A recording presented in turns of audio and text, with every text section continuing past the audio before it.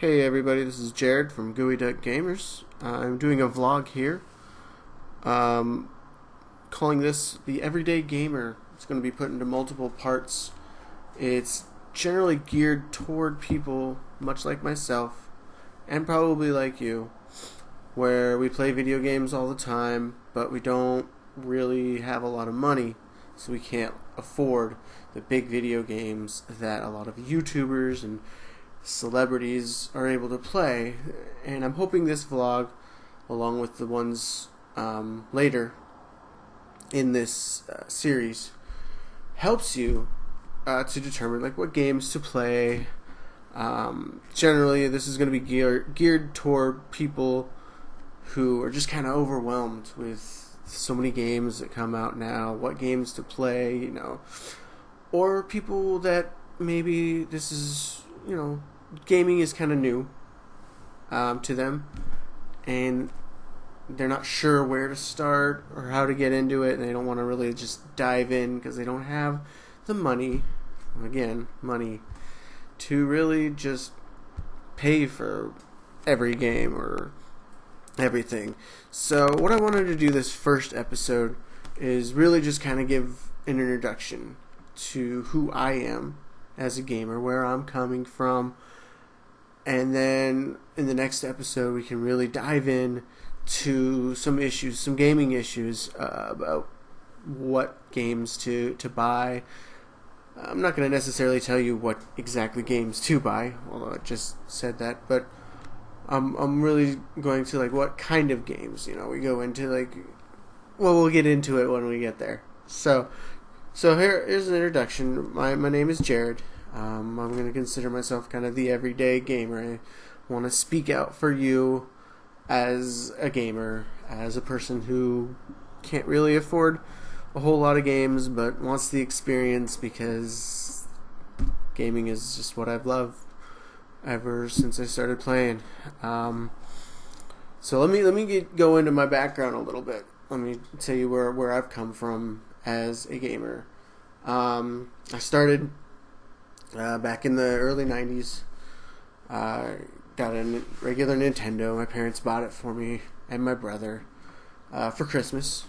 We opened it up. It was a really good old Nintendo. It was one of those that had actually like a 4-player adapter. Came with like a World Cup soccer game and a Super Spike volleyball. It was all in one cartridge. But also, then we got more games, and I really liked the Mario Brothers series, especially Mario Brothers 3 was a great one. Then the Double Dragon series back in the day was really good. I could go on and on, but I'm just gonna give a little summary of it. So from there, I didn't really play much of the Super NES. I didn't have a lot of money. I didn't really think of it. I was really busy just playing on the NES. That console had a whole variety of different things, and I was just enjoying playing that. Plus, by that time, since the Super NES was more popular, the NES games were pretty cheap. So I was able to get that. I had the Game Genie, so we were able to kind of cheat our way through some games and stuff using that. But all in all, it was great. So I didn't really play much of the Super NES, but then my brother got Nintendo 64. He had it hooked up in his room. I'm about 7 years younger than my brother, so he was a lot older. So I would go over to his room. We'd play some Nintendo 64 games together, and then I finally got myself a Nintendo 64. My parents got it for me. It was a green one that came with the Donkey Kong 64. I'm sure you guys probably might remember that game. That was a really good game. And so I had that. I played a lot of Donkey Kong 64, obviously because it came with the system. But then I got into more games. Of course, GoldenEye, my favorite game, would be Perfect Dark, and that's still I would say would be my favorite today. Just the variety of weapons, the storyline, the fact that each weapon had a secondary function as well, so you weren't just shooting, you were doing other things too. So after the N64, I got a GameCube, and I played that. I got into Super Smash Bros. I got into that with the N64, and then Melee with the GameCube. That was a lot of fun. I brought that to college with me. The problem with that, when I went to college, it got stolen. So then I went back to the N64, which, isn't that much of a downgrade. The N64 was good. The GameCube was alright. GameCube's really where Nintendo kind of started going down a little bit in quality, and as an adult, I started seeing games that were coming out for other systems like the Xbox or the PlayStation that looked a lot better, and I was like, oh, is this going to come out for Nintendo? No. Okay, well, I needed to get a new system, so after that, I got me a regular Xbox, a big Xbox. Played on that. That was a lot of fun. Played a lot of Halo. Halo was kind of my big thing during that time. It helped me through a lot of tough times, and Star Wars Battlefront back in that time. A lot of fun playing it with friends. Connected it through the campus connection, and we had a lot of fun. But I still kind of miss some of the stuff from the Nintendo. So after a while, I actually ended up buying a Nintendo Wii, because Super Smash Bros. Brawl. And I played the crap out of that. And that was a lot of fun. Super Smash Bros. is one of my favorite Nintendo games. Probably my favorite Nintendo games. I still try to play a version of that when I can. And then I also got Mario Kart. This was a good one, but I played the Super Mario Galaxy, but the new Super Mario Bros. On the Wii was really good. Played that with friends because it has the 4 players that you could join together, and you'd be bumping into each other and throwing each other into the lava. That was fun. But after that, I decided I had to get real. I was playing kid games kind of on the Wii, and I needed to play some better games, so I got me an Xbox 360. And ever since then, I really haven't looked back. Xbox 360, I've remained an Xbox player. Played Halo, Gears of War, any kind of Xbox 360 game. I've played it.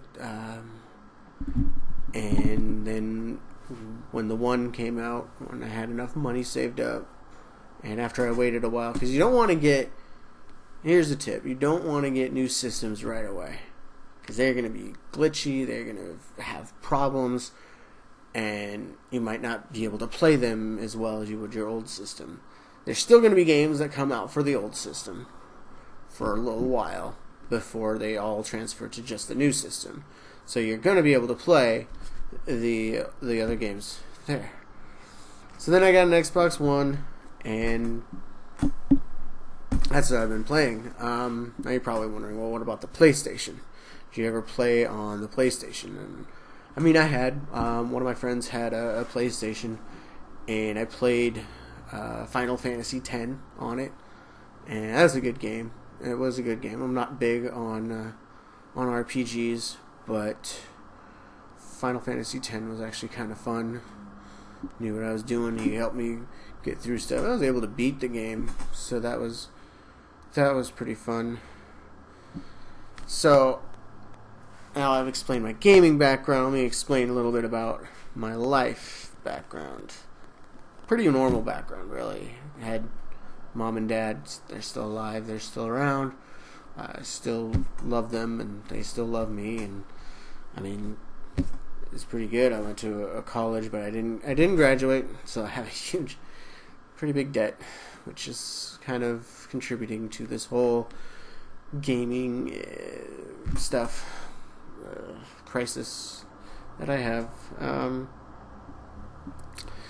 But after that, I tried to go back home. My parents were like, get a job, and I was like, it's kind of hard, so I kicked out and had to move to California, where I found a job. Worked at the job for probably worked at one job for a year, worked at another job for another year, then moved back up here to Washington, where I'm from. Continued that job, but then got fired about a month and a half ago. So that's kind of a bummer. So now I'm just trying to make ends meet. I've got my own place where I do all the videos. Or me and Matt will do all the videos, but it's tough.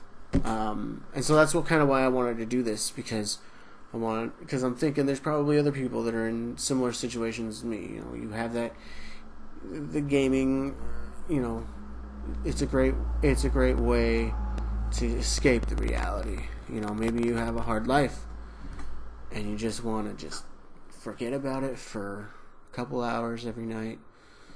Sit back, relax, play a game, blow something up, shoot some enemies. I don't know. But at least be in control of something. And that's kind of what I want to get into, and what gaming means to me. What gaming means to me is a lot of what I said. Escaping reality. It's a way to hang out with friends. Nowadays, we got Xbox Live Gold or PlayStation Plus if you're a PlayStation person. And you can connect with friends, play games with them. It's really something great. And it helps you escape the world while still being with friends, so they can escape in that world with you.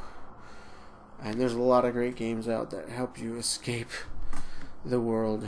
Another things I like, sometimes single player games are really good.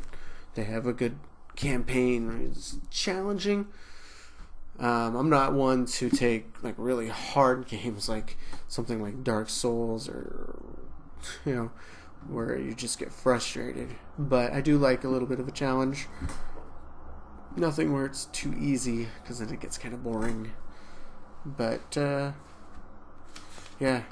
So basically, to conclude, that's what I wanted to talk to you guys about. I wanted to introduce myself so you guys know where I'm coming from. I'm not paid here on YouTube like a lot of YouTubers are. I'm doing this for fun, and I'm doing this to hopefully help you guys out. Hopefully help you, the viewer, to be able to make good decisions. So this is the first video. I'm going to try to do them every week. So stay tuned for more videos. And if you like the idea of this, please like and subscribe. If you've already liked and subscribed, great. Tell your friends to like and subscribe. Give them this video. And that's all I got. Thank you for watching.